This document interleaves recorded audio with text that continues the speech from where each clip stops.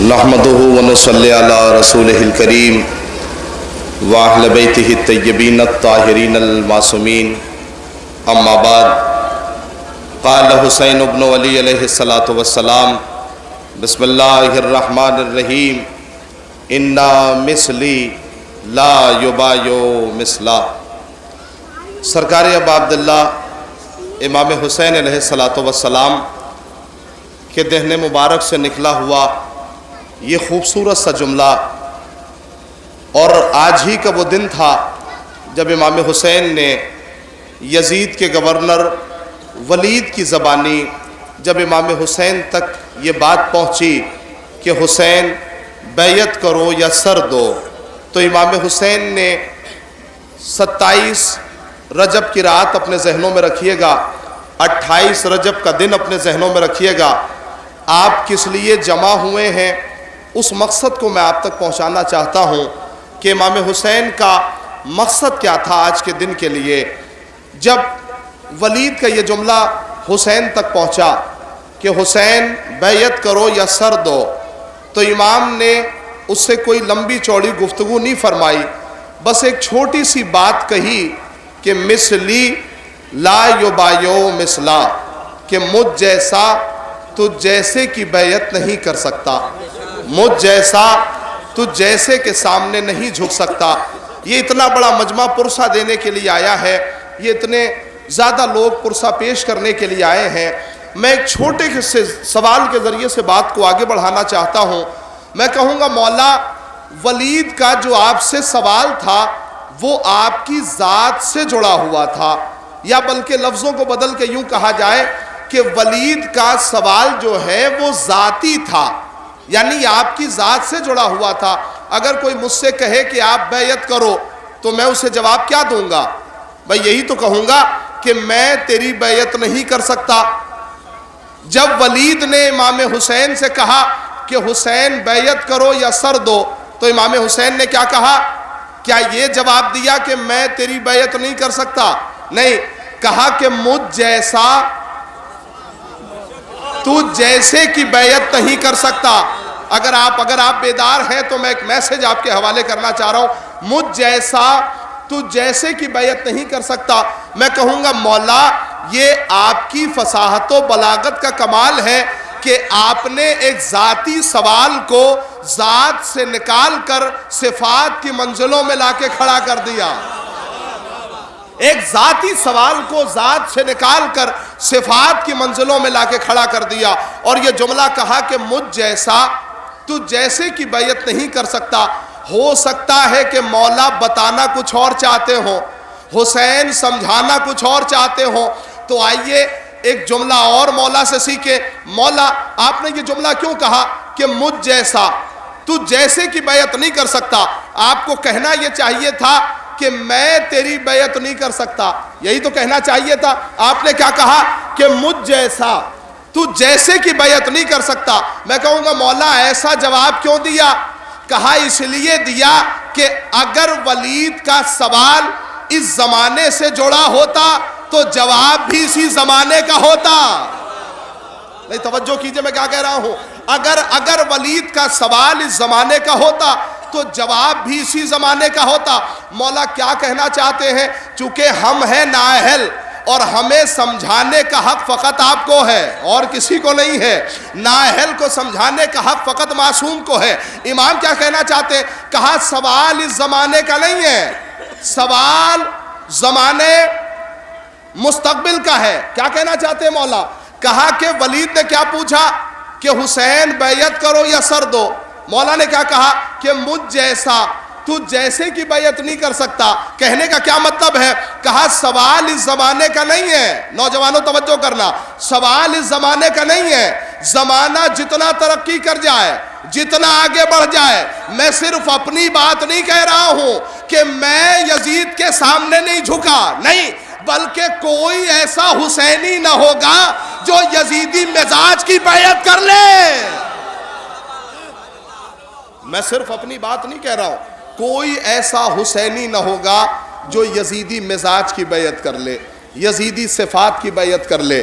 اس لیے کہ حسین کو اپنے چاہنے والوں پر بڑا بھروسہ ہے، حسین کو اپنے چاہنے والوں پہ بڑا اعتبار ہے۔ میرے عزیزوں 28 رجب کے حوالے سے آپ جمع ہوئے ہیں نا، 1 سال گزر گیا، آپ غم نہیں منا سکے، آپ اس غم کو یاد نہیں دلا سکے، لیکن اب میں ساری ماں بہنوں کے سامنے اور سارے افراد یہ جتنے نوجوان دور دراز سے آئے ہیں ان کے سامنے میں ایک بات رکھنا چاہتا ہوں 28 رجب کے حوالے سے۔ آپ نے سنا امام نے کیا کہا کہ مجھ جیسا تجھ جیسے کی بیعت نہیں کر سکتا۔ یہ جملہ مولا نے کہا کیوں؟ کہا اس لیے کہ حسین ابن علی کے اوپر الزام لگایا گیا۔ الزام کیسا؟ کہا کہ حسین جو مدینے سے کربلا جا رہے ہیں ان کا مقصد حکومت کو حاصل کرنا ہے۔ کیا ہے؟ حکومت کو حاصل کرنا ہے، اقتدار کو حاصل کرنا ہے، لہٰذا حسین مدینے سے کربلا جا رہے ہیں۔ میں پورے مجمع سے پوچھنا چاہتا ہوں، کیا حسین ابن علی حکومت کو حاصل کرنا چاہتے تھے؟ کیا اقتدار کو حاصل کرنا چاہتے تھے؟ نہیں۔ کیوں نہیں؟ آپ کے پاس جواب ہے کہ حسین ابن علی حکومت کو کیوں نہیں حاصل کرنا چاہتے تھے؟ کہا اس لیے کہ یہ پورا مجمع جانتا ہے کہ حکومت 3 چیزوں پہ سمٹتی ہے، حکومت 3 چیزوں پہ خلاصہ ہوتی ہے۔ میرے کہنے کا مقصد کیا ہے؟ کہا انسان اپنی زندگی میں جو بھی کماتا ہے وہ اس لیے کماتا ہے کہ وہ اچھا مکان بنا لے، اچھا لباس پہن لے، اچھے سے مکان میں زندگی بسر کر لے اور اچھا کھانا کھا لے۔ ہم نے زندگی میں جو بھی کمایا ہے وہ اسی لیے کمایا تاکہ اچھا مکان بنائے، اچھا لباس پہنے، اچھے سے مکان میں زندگی بسر کریں۔ میں آخری فرد تک توجہ چاہ رہا ہوں، جو آپ بھی باہر تک کھڑے ہوئے ہیں وہ سب مجلس میں شامل ہیں، سب تقریر میں شامل ہیں، مولا کو پرسہ پیش کرنا۔ لوگوں نے الزام لگایا کہ حسین ابن علی حکومت کو حاصل کرنا چاہتے ہیں۔ میں نے کہا حکومت 3 چیزوں پہ سمٹتی ہے، میرے ساتھ بولیے گا، روٹی، کپڑا اور مکان۔ حکومت 3 چیزوں پہ سمٹی۔ تم نے کہا کہ حسین ابن علی حکومت کو حاصل کرنا چاہتے ہیں، حکومت 3 چیزوں پہ سمٹتی ہے، روٹی، کپڑا اور مکان کے اوپر۔ بھائی یہ ہم ہیں جو روٹیوں کے محتاج ہیں، حسین روٹیوں کے محتاج نہیں تھے۔ جس کے ماں کے ہاتھوں کی پکائی ہوئی روٹیاں عرش اعظم کی زینت بنتی ہیں، وہ روٹیوں کا محتاج ہوگا۔ جس کے ماں کے ہاتھوں کی پکائی ہوئی روٹیاں عرش اعظم کی زینت بنے، وہ روٹیوں کا محتاج نہیں ہے۔ اب بات بچی 2، حکومت خلاصہ ہوئی 3 چیزوں پر، روٹی، کپڑا اور مکان کے اوپر۔ آپ نے روٹیوں کا تذکرہ سن لیا، اب ذرا توجہ کرنا میرے عزیزوں، میں جواب دینا چاہ رہا ہوں اس چیز کا جو دشمنوں نے کہا کہ حسین ابن علی حکومت کو حاصل کرنا چاہتے تھے۔ آپ نے پہلی بات سن لی، روٹیوں کا ذکر سن لیا۔ میرے عزیزوں بات بچی مکان کی۔ اب مجھ سے مت پوچھئے، چونکہ ہم ہیں جو مکان کے محتاج ہیں، حسین مکان کے محتاج نہیں ہیں۔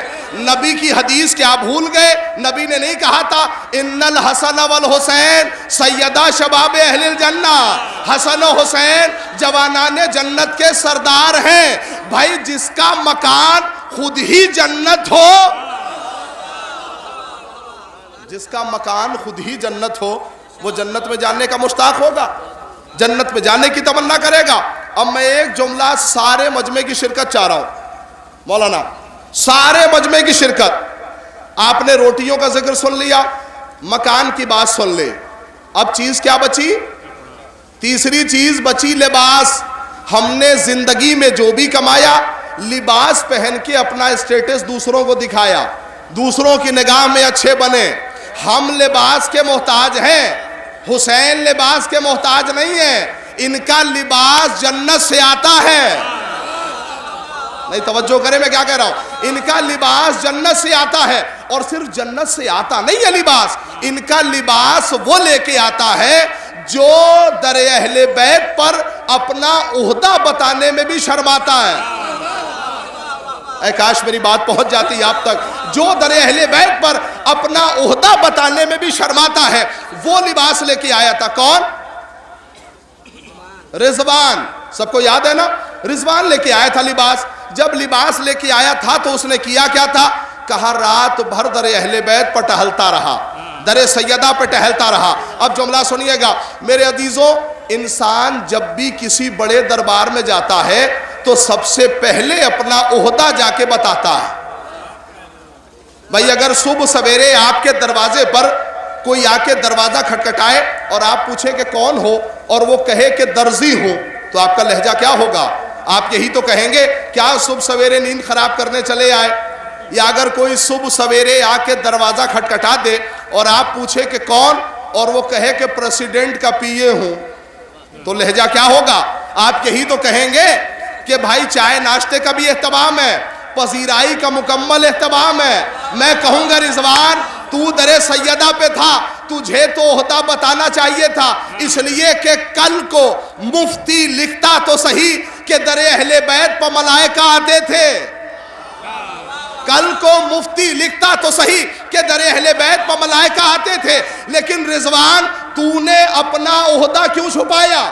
کیوں نہیں بتایا؟ جملہ بطور خاص سنیے، کیوں اپنا عہدہ نہیں بتایا؟ رضوان نے پلٹ کے جملہ کہا، قبلہ میں کیا کرتا؟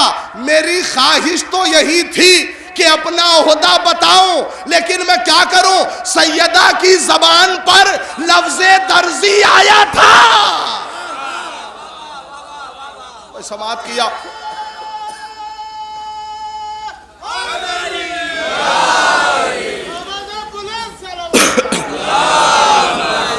جزاک اللہ۔ قبلہ میں کیا کروں؟ سیدہ کی زبان پر لفظ درزی آیا تھا۔ ہمیں حکم ہے کہ جو اہل بیت کہہ دیں اسے عمل کرو۔ ہمیں حکم ہے کہ جو بھی اہل بیت کی زبان سے ادا ہو جائے تمہیں اس پہ عمل کرنا ہے۔ تو آپ کیا سمجھے؟ 28 رجب اپنے ذہنوں میں رکھیے گا، امام حسین کا وہ جملہ ذہنوں میں رکھیے گا۔ کیا کہنا چاہتے ہیں مولا؟ کہا کہ مجھ جیسا جس کے اندر میرا کردار ہے، میرے صفات ہیں، وہ کبھی یزیدی مزاج کی بیعت نہیں کرے گا، کبھی یزیدی صفات کی بیعت نہیں کرے گا۔ میں 2 جملے آج کے حوالے سے اور آپ کی خدمت کرنا چاہتا ہوں، اور 2 جملوں کے بعد ختم دعا۔ اگر امام حسین کے اس جملے کو سمجھنا ہے کہ امام حسین 28 رجب کو کہنا کیا چاہتے تھے، تب آپ کو امام حسین کا شب عاشور کا خطبہ پڑھنا ہوگا، تب جا کے یہ جملہ واضح ہوگا کہ امام حسین کہنا کیا چاہتے تھے کہ مجھ جیسا تجھ جیسے کی بیعت نہیں کر سکتا، مجھ جیسا تجھ جیسے کے سامنے نہیں جھک سکتا۔ میں آپ کا شکر گزار ہوں، آپ اتنی دیر سے، چونکہ بعض افراد ہیں جو بیٹھے بھی نہیں ٹھیک سے، بعض جو ہے وہ خاک پہ بیٹھے ہوئے، میں بڑا شکر گزار ہوں۔ 2 جملے اور آج کی آپ کی خدمت اور اس کے بعد زحمت تمام۔ میں نے کہا حسین ابن علی کا اگر یہ جملہ سمجھنا ہے تو شب عاشور کا خطبہ سنیے۔ امام حسین کہتے ہیں شب عاشور اکرمتنا بالنبوہ، خدا کا میں شکر ادا کر رہا ہوں، میں اللہ کی حمد کر رہا ہوں کہ اس نے مجھے نبوت کے ذریعے سے عزت دی۔ کیا کہا؟ اس نے مجھے نبوت کے ذریعے سے عزت دی۔ نہیں، ایک جملہ اور اضافہ کروں گا، میں اللہ کا شکر ادا کر رہا ہوں کہ میرے خاندان میں نبوت ہے۔ امام حسین کیا کہہ رہے ہیں؟ میرے خاندان میں نبوت ہے، اللہ کا شکر ہے۔ دیکھیں میرے عزیزوں، امام حسین کہنا یہ چاہتے ہیں کہ جب تک سبب رہتا ہے عزت رہتی ہے، جیسے ہی سبب ختم ہو جاتا ہے تو عزت بھی ختم ہو جاتی ہے۔ اگر کسی کی پیسے کی وجہ سے سماج میں عزت ہے نا، تو جب تک پیسہ ہے عزت ہے، جس دن ختم ہو جائے گا عزت کا بھی جنازہ اٹھ جائے گا۔ توجہ ہے، اگر کسی کی عہدے کی وجہ سے عزت ہے تو جب تک عہدہ ہے تب تک عزت ہے، جس دن عہدہ ختم عزت بھی ختم ہو جائے گی۔ امام حسین کیا کہہ رہے ہیں؟ میں اللہ کا شکر کر رہا ہوں کہ اس نے میرے خاندان میں نبوت رکھی، یعنی امام حسین کی عزت کا سبب کیا ہے؟ نبوت۔ جزاک اللہ۔ امام حسین کی عزت کا سبب کا نام ہے نبوت، یعنی امام کیا کہنا چاہ رہے ہیں؟ جب تک نبوت ہے تب تک میں زندہ ہوں۔ کیا سنا آپ نے؟ جب تک نبوت ہے تب تک میں زندہ ہوں۔ بھائی ابھی آپ مؤذن اذان دے گا نا، جب مؤذن گلدستہ اذان پہ پہنچے گا تو کیا کہے گا؟ اشہد ان محمد رسول اللہ۔ ترجمہ کیا کریں گے؟ محمد اللہ کے رسول تھے یا ہیں؟ بھائی اگر کسی مؤذن نے ترجمہ یہ کر دیا کہ محمد اللہ کے رسول تھے تو ایمان رخصت، یہ ترجمہ نہیں کر سکتا کہ محمد اللہ کے رسول تھے، بلکہ یہ کہنا ہوگا کہ محمد اللہ کے رسول ہیں۔ میرے عزیزوں، 5 وقت مؤذن کا گلدستہ اذان پر جا کر اس بات کا اعلان کرنا کہ محمد اللہ کے رسول ہیں، اس کا مطلب ہے کہ حسین زندہ ہے۔ 5 وقت مؤذن کا اس بات کا اعلان کرنا کہ حسین محمد اللہ کے رسول ہیں، اس کا مطلب ہے کہ حسین زندہ ہے۔ تقریر مکمل ہونے جا رہی ہے، آخری جملہ اور میں آپ کی خدمت میں پیش کرنا چاہوں گا۔ اس کا مطلب یہ ہے کہ حسین زندہ ہے۔ میرے عزیزوں، ایک جملہ اور کہا امام حسین نے، اکرمتنا بالنبوہ، مجھے اللہ نے نبوتوں کے ذریعے سے عزت دی۔ ایک جملہ اور کہا، وَعَلَّمْتَنَا الْقُرْآنَ، میں خدا کا شکر ادا کر رہا ہوں کہ اس نے مجھے قرآن پڑھایا۔ سمجھ کے سنیے گا، اس نے مجھے قرآن پڑھایا۔ کس نے؟ اللہ نے۔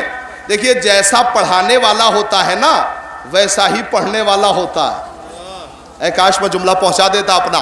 جیسا پڑھانے والا ہوتا ہے ویسا ہی پڑھنے والا ہوتا ہے۔ امام کیا کہہ رہے ہیں؟ میں اللہ کا شکر ادا کر رہا ہوں کہ اس نے مجھے قرآن پڑھایا۔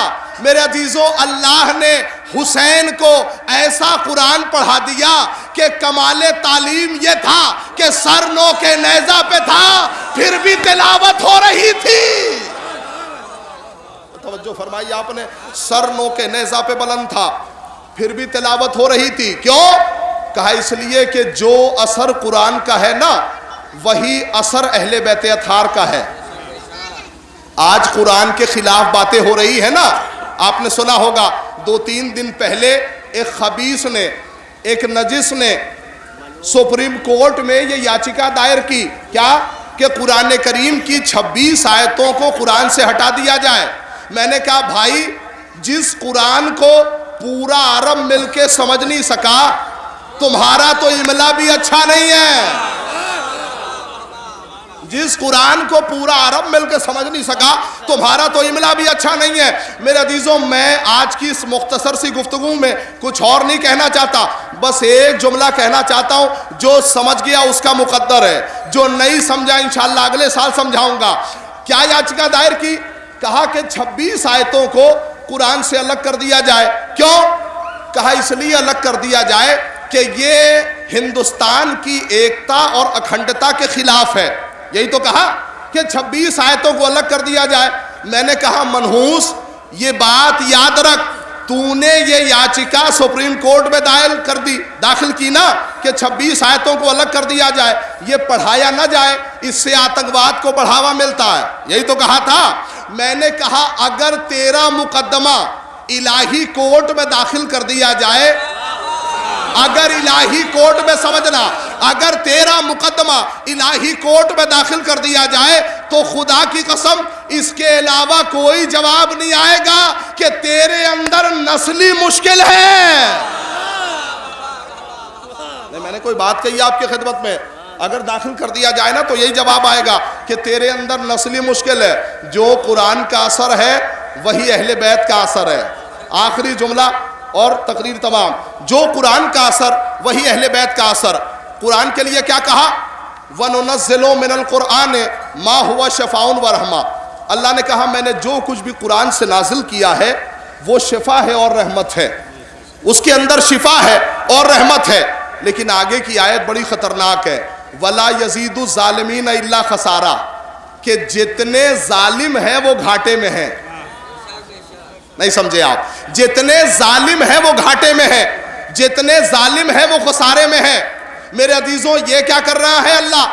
اسی قرآن کو جس میں 30 پارے ہیں، 6666 آیتیں ہیں، اس کو مومن پڑھ رہا ہے تو فائدہ، ظالم پڑھ رہا ہے تو نقصان۔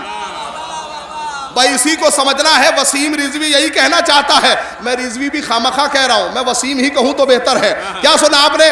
کہنے لگے جس قرآن میں اثر یہ ہے قرآن کا کہ مومن پڑھے گا تو فائدہ، ظالم پڑھے گا تو نقصان، یہ ہے قرآن کا اثر۔ تو حضور نبی نے یہ بھی تو کہا ہے کہ قرآن اور اہل بیت برابر ہیں۔ قرآن اور اہل بیت برابر ہیں، تو قرآن کا اثر کیا ہے؟ کہا اگر مومن پڑھے تو فائدہ، ظالم پڑھے تو نقصان، تو اہل بیت کا بھی تو یہی اثر ہونا چاہیے بھائی۔ پھر اہل بیت کا کیا اثر ہے؟ کہا قرآن کا اثر یہ کہ مومن پڑھے تو فائدہ، ظالم پڑھے تو نقصان، تو اہل بیت کا یہ اثر کہ اگر خون حسین خاک پر گر جائے تو خاک شفا، یہ ہے اہل بیت کا اثر۔ مجلس تمام ہو گئی، تقریر تمام ہو گئی۔ اہل بیت کا اثر یہ کہ اگر خون حسین خاک پر گر جائے تو خاک شفا، اور یہی خون حسین اگر ابن زیاد کے پیروں پر گر جائے تو ناسور بنا دیتا ہے۔ کیوں؟ کہا اس لیے کہ منحوس تو اپنے آپ کو سمجھا ہی نہیں۔ اہل بیت کے چاہنے والے تو وہ ہوتے ہیں کہ دنیا کی ساری دولت ایک طرف، اہل بیت کی محبت ایک طرف۔ توجہ فرما رہے ہیں میرے عزیزوں، امام حسین انہی عقلوں کو جگانا چاہتے تھے، انہی سوئے ہوئے ضمیروں میں جولانیت پیدا کرنا چاہتے تھے کہ تم سمجھو تو صحیح، دین کہتے کسے ہیں؟ دین کسی تماشے کا نام نہیں ہے، دین کوئی کھلواڑ نہیں ہے کہ آج جب چاہا داخل کر دیا، کل کو جب چاہا نکال دیا۔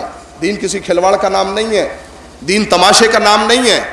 میرے عزیزوں، اگر دائرہ اسلام میں آ گئے ہو تو پھر وہ سب کرنا ہوگا جو اہل بیت نے کیا ہے، اور اگر نہیں آئے تو پھر تمہارا دین تمہارے ساتھ، اہل بیت کا دین ان کے ساتھ۔ لیکن اگر تم اس دین میں آ گئے ہو، اہل بیت اطہار نے کتنا بھروسہ کیا ہے آپ کے اوپر، کتنا اعتماد کیا ہے آپ کے اوپر۔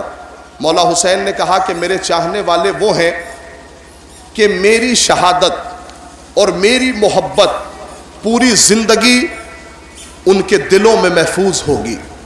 اگر مجھے مرنے کے بعد کہیں تلاش کرنا ہے نا، تو مجھے زمینوں پہ تلاش نہ کرنا، میرے مرنے کے بعد مجھے مومنوں کے دلوں میں تلاش کرنا، مومنوں کے دلوں میں ڈھونڈنا۔ میرے عزیزوں،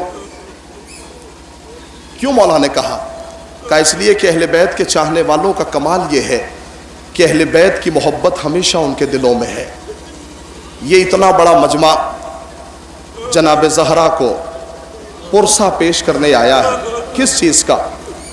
کہا اسی یاد کا کہ جب حسین ابن علی مدینے سے چلے تھے نا، تو مدینہ چلنے سے پہلے میرے عزیزوں کل کی رات تھی کہ حسین ماں کے مزار پہ پہنچے۔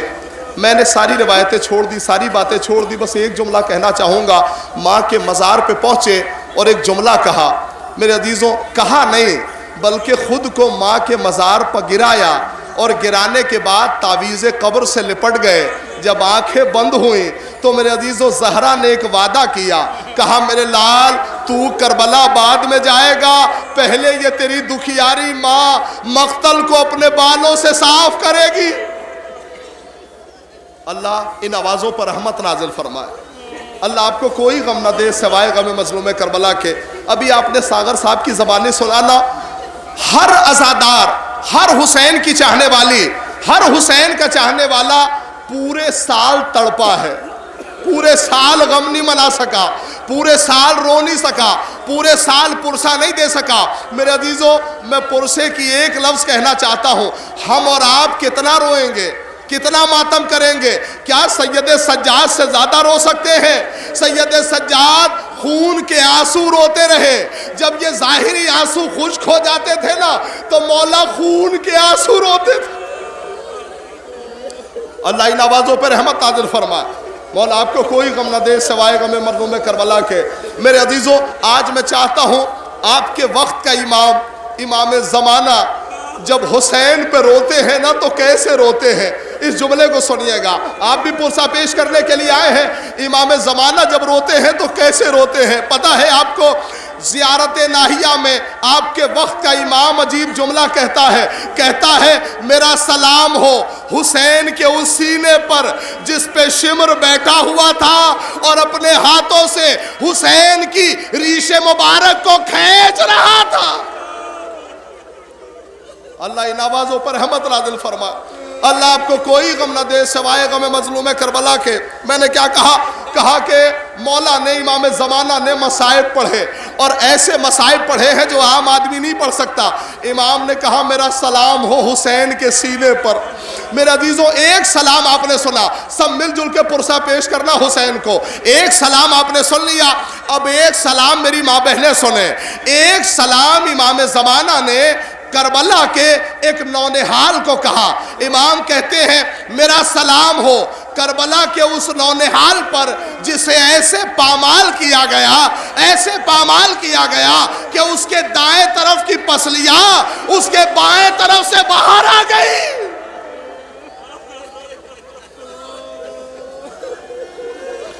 اللہ ان آوازوں پر رحمت نازل فرمائے. مولا آپ کو کوئی غم نہ دے سوائے غم مظلوم کربلا کے. میرے عزیزوں دو جملے رہ گئے ہیں. آپ نے حق ادا کر دیا. بہت دیر سے بیٹھے ہیں نا, بہت دیر سے بیٹھے ہیں, لیکن میرے عزیزوں اس بیٹھنے کے ساتھ اتنا تو اطمینان ہے نا کہ مجلس ختم ہو جائے گی, نوحہ ختم ہو جائے گا تو گھر جا کے پانی پی لیں گے یا گھر جا کے پانی کا اہتمام کر لیں گے, کھانا کھا لیں گے. لیکن میرے عزیزوں کربلا کے بعد سکینہ کی خیریت کیا لی ہے کہ بی بی نے کب پانی پیا. اللہ ان آوازوں پر رحمت نازل کرے. مجلس مکمل ہو گئی, تقریر تمام ہو گئی. ایک سلام میں نے بچا کے رکھا ہے, وہ سلام زیارت ناہیہ کا آپ کی خدمت میں پڑھنا چاہتا ہوں. امام زمانہ نے ایک سلام کہلوایا. کسے؟ اس پورے مجمع میں کون ایسے افراد ہیں, بہت کم ایسے لوگ ہیں جو صاحب اولاد نہیں ہیں.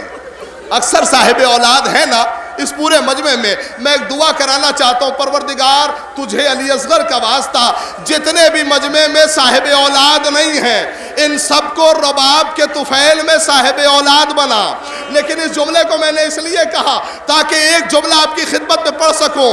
جن گھروں میں بچیاں نہیں ہوتی نا, لوگ کہتے ہیں ان پہ رونے والا نہیں ملتا, اس کا جنازہ قبرستان تک سونا چلا جاتا ہے, کوئی رونے والا نہیں ملتا. امام زمانہ نے ایک سلام کہلوایا حسین کی ایک بچی کو, کہا میرا سلام ہو سکینہ کے اوپر کہ جسے اتنے تماچے لگے کہ اس کا چہرہ پہچان میں نہیں آ رہا تھا. سکینہ کو اتنے تماچے لگے کہ چہرہ پہچان میں نہیں آ رہا تھا. امام کہتے ہیں میرا سلام ہو حسین کی اس بچی پر جسے کربلا سے لے کے کوفہ اور کوفے سے لے کے شام تک اتنے تماچے لگے کہ چہرے کا رنگ کبھی نیلا پڑتا تھا, کبھی سرخ ہو جاتا تھا.